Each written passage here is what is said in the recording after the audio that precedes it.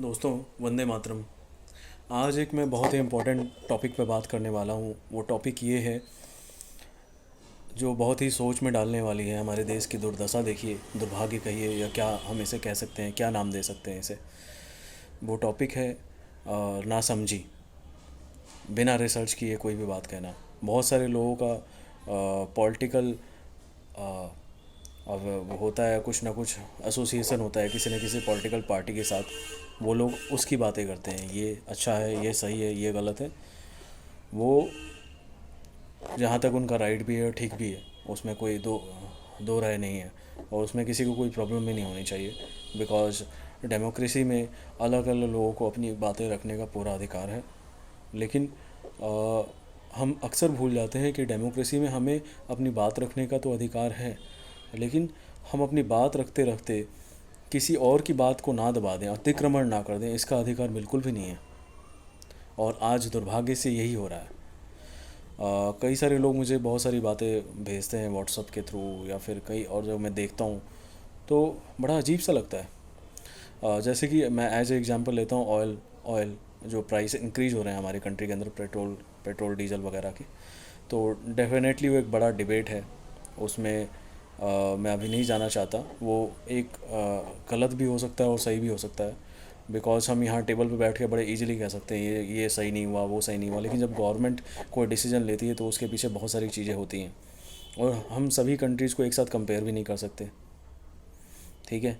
तो बहुत सारी चीज़ें हैं। सबसे बड़ा रीज़न जो ऑयल प्राइसेस के इंक्रीज़ होने का है, वो रीज़न ये है ऑयल बॉन्ड्स। ऑयल बॉन्ड्स क्या है? आप गूगल पे चले जाओ, यूट्यूब पे चले जाओ, आपको बहुत सारे जो यूएस जो यूपीएससी की जो लोग प्रिपरेशन करते हैं या गवर्नमेंट जॉब्स के प्रिपरेशन, वो लोग आई थिंक इस बात को समझ सकते हैं, क्योंकि वो काफ़ी उनको पढ़ना पड़ता है, रिसर्च करना पड़ता है। तो ऑयल बॉन्ड्स कांग्रेस की गवर्नमेंट में जारी हुए थे। जब मनमोहन सिंह जी की सरकार थी उस वक्त भी प्राइसेस बढ़ रहे थे, लेकिन उसको एक आर्टिफिशियल तरीके से मैनेज करने का उनको सुझाव आया कि इसको हम थोड़े समय के लिए दबा देते हैं, आगे की जो गवर्नमेंट आएगी वो झेलेगी, वो देखेगी। ठीक है। तो ऑयल बॉन्ड्स के बारे में आप ज़रूर रिसर्च करें यार। आप कुछ भी बोलो, लेकिन एक चीज़ का बड़ा दुख होता है कि यार ये कैसे हम इतनी बड़ी हमारी 130 करोड़ की हमारी पॉपुलेशन है, इवन उससे भी ज़्यादा धीरे धीरे बढ़ रही है। अभी जनगणना पता नहीं हुई भी है या नहीं। तो आप इसमें ये ध्यान देने वाली बात है कि हमारी समझ कितनी है। हम किसी भी मुद्दे को कभी भी कुछ भी बोल देते हैं, किसी के एंटी जाके या किसी के सपोर्ट में जाके हम कभी एनालाइज करने की कोशिश क्यों नहीं करते? कुछ भी अब हमेशा ही जो है जजमेंट आई थिंक देना गलत है। कभी भी जजमेंटल नहीं होना चाहिए, हमेशा एनालिसिस करना चाहिए मेरे हिसाब से। एनालिसिस की तरह बोलो, कोई भी बात यार करो। आप कुछ भी बोलते हो, कुछ भी कहते हो, ऑयल ऑयल प्राइसेस इंक्रीज हो रहे हैं, झंडा बुलंद करो, ऑयल प्राइसेस इंक्रीज हो रहे हैं। लेकिन आप उसको रिसर्च किए बगैर आप, और मेरे को तो, मैं आपसे तो हाथ जोड़ के प्रार्थना करता हूँ भाइयों, मुझे माफ़ कर दो यार, मुझे इस झंझट में मत मत घसीटो। ठीक है। बिकॉज अगर मेरे सामने कभी आते हो तो उसके लॉजिक्स लेके आओ यार, उस पर बात करो, रिसर्च पे बात करो, एनालिसिस पे बात करो। आप मेरे को ये मत बोलो ये चीज़ ये ऐसे है वैसे, एक एक अपना जो सोशल मीडिया वाला ज्ञान लेके मत आओ मेरे पास, या व्हाट्सअप यूनिवर्सिटी का ज्ञान लेके मत आओ मेरे पास। तुम अपना खुद का कितना रिसर्च कर रहे हो? ठीक है। उस पर तुम पॉलिसी रिसर्च हो सकती है, बहुत सारी चीज़ें हो सकती है, कोई भी चीज़ करो यार। मेरा मानना है कि इतनी छोटी समझ हमारी होगी तो हमारा इतने, यार ये बहुत बड़े खतरा है हमारे देश के लिए कि आपको कुछ भी नॉलेज नहीं है अपने देश के बारे में, क्या चीज़ क्यों हो रही है, क्यों नहीं हो रही है। ठीक है। बस एक पॉलिटिकल पार्टियों के एजेंट्स आप बन जाते हो। ठीक है। आपको लेना देना नहीं है रिसर्च से कुछ भी। क्या क्या फ़ायदा होने वाला है यार इससे? कुछ भी फ़ायदा होने वाला नहीं है। ठीक है। तो बहुत सारी चीज़ें होती हैं। और आज जो पेट्रोल के प्राइसेस जो बढ़े हुए हैं, वो क्यों बढ़े हुए हैं, वो समझने वाली बात ये है। वो इसलिए बढ़े हुए हैं, एक तो ऑयल बॉन्ड्स इसका रीज़न है बहुत बड़ा, जो उसको कुछ टाइम तक के लिए ऑयल बॉन्ड्स निकाल के इन्होंने कंपनियों को दे दिए हैं, और उसकी भरपाई आज जो करंट की जो गवर्नमेंट है वो कर रही है। इसके साथ ही और भी बहुत सारे फैक्टर्स हैं। और इसमें स्टेट गवर्नमेंट की भी एक हिस्सेदारी होती है, जो टैक्सेस लेते हैं। ठीक है। जब गवर्नमेंट ने पेट्रोलियम पे, अरुण जेटली जी थे, मुझे अभी भी याद है वो बात, मीटिंग्स हुई थी, तो सभी स्टेट्स ने एक साथ बोला था कि पेट्रोलियम को हम जीएसटी में नहीं लाना चाहते। अगर ये लोग पेट्रोलियम को जीएसटी के अंदर ऐड कर दें तो जो मल्टीपल जो टैक्सेस लग रहे हैं वो हट जाएंगे, ऑटोमेटिक सस्ता हो जाएगा। लेकिन वो तो ये कर नहीं रहे। ये होने नहीं दे रहे हैं। ठीक है, और ये बाहर आके कहते हैं कि ये इस गवर्नमेंट ने ये कर दिया, इसने ऑयल प्राइसेस बढ़ा दिए। सभी की इक्वल रिस्पॉन्सिबिलिटी है, मैं एक की बात नहीं कह रहा हूँ। जिम्मेदार स्टेट गवर्नमेंट भी है। स्टेट गवर्नमेंट क्यों नहीं हटा देती अपनी टैक्सेस को? वो क्यों बना के रखना रहा है? वो तो सेंट्रल गवर्नमेंट को बोलते हैं कि भाई तुमने प्राइसेस बढ़ा दिए, तुमने ये कर दिए। मैं स्टेट गवर्नमेंट से भी पूछना चाहता हूँ, वो अपने टैक्सेस क्यों नहीं हटा देते? जो उन्होंने जीएसटी उस पर जो टैक्सेस लगाए हुए हैं पेट्रोलियम के ऊपर, वो हटा दें आप। तो कोई भी नहीं हटाना चाहता, बस एक दूसरे की सब टांग खिंचाई करना चाहते हैं, यहाँ बस यही होता है।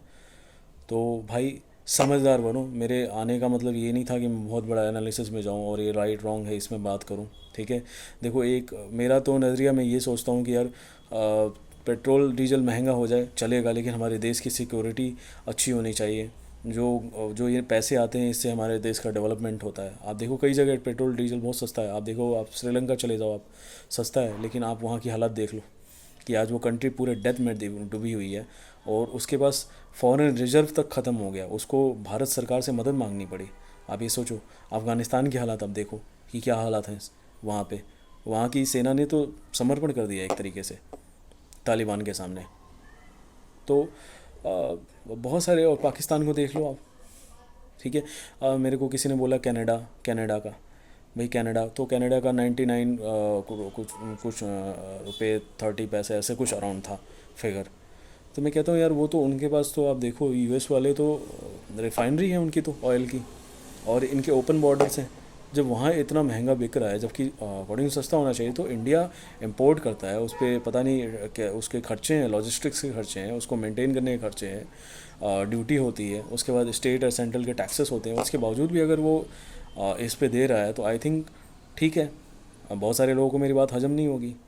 ठीक है, तो मैं बड़ा प्रैक्टिकल अप्रोच रखता हूँ। मैं जजमेंटल होना मुझे पसंद नहीं है। आप मेरे पास आओ तो लॉजिक्स के साथ आओ, अपना जो आइडियोलॉजी है ना अपने पास रख के आओ।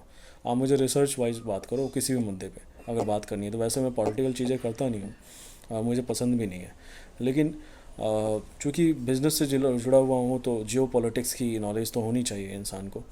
तो अगर मुझे इन चीज़ों की नॉलेज नहीं होगी, समझ नहीं होगी, तो मैं आगे कुछ काम नहीं कर पाऊँगा। इसलिए मुझे थोड़ा बहुत इंटरेस्ट लेना पड़ता है। ठीक है, तो लेकिन मैं एक बात यही कहना चाहता हूँ कि कुछ नहीं मिल रखा इन बातों को डिस्कस करने से, कहने से। हम ये सोचना है कि हम अपनी कंट्री में क्या कंट्रीब्यूट कर सकते हैं, हम इसको बेहतर कैसे बना सकते हैं।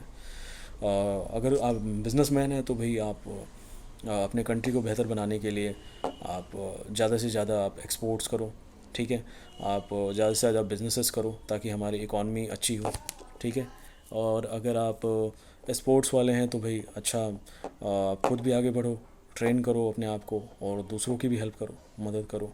ठीक है, जैसे एक टीचर हैं तो भाई टीचर स्टूडेंट्स को, अब देखो टीचर ऐसा नहीं होना चाहिए कि सैलरी के लिए काम करे सिर्फ। और आई होप सो टीचर्स बहुत अच्छे होते हैं, बहुत अच्छे होते हैं टीचर्स, मैंने देखा है बहुत अच्छे अच्छे टीचर्स होते हैं। लेकिन कॉमर्शलाइजेशन का ज़माना है, सबका अब खर्चे नहीं चलते।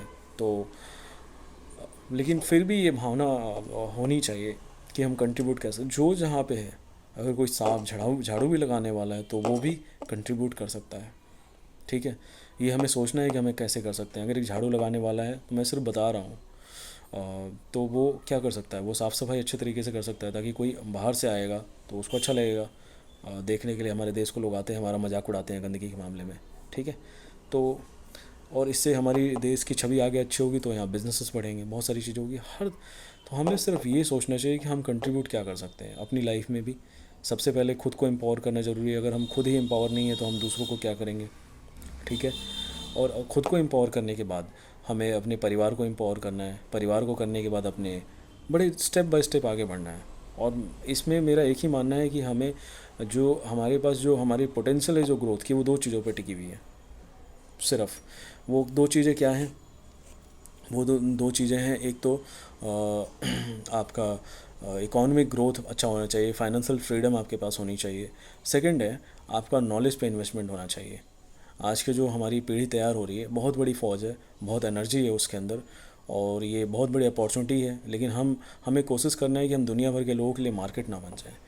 हम उनके लिए एक हम प्रॉब्लम्स को आइडेंटिफाई करें, जैसे कि गूगल ने प्रॉब्लम को आइडेंटिफाई किया, माइक्रोसॉफ्ट ने किया, इनोवेशन किया इन्होंने।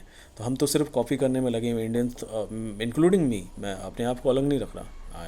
तो हम ज़्यादातर हम लोग कॉपी करने में ध्यान लगाते हैं। ठीक है। तो हम 130 करोड़ हमारी पॉपुलेशन है, अगर हर बच्चा, हर यूथ जाग जाए कि हमें देश के लिए कुछ करना, आगे बढ़ाना है, तो दुनिया की कौन सी ताकत है जो हमें रोक सकती है और हमें दबा सकती है, ये हमें सोचना पड़ेगा। तो आप, बेहतर यही होगा कि आप हिंदू हैं, मुसलमान हैं, ठीक है, तो अपनी आइडियोलॉजी को अपने पास रखिए, ठीक है। और आप जब भी बात कीजिए तो रिसर्च के साथ आइए, तथ्य के साथ आइए, बात कीजिए, अच्छा लगेगा। आप अपने एजेंडे को लेके मत आइए, ठीक है, एटलीस्ट मेरे साथ, ठीक है। वंदे मातरम।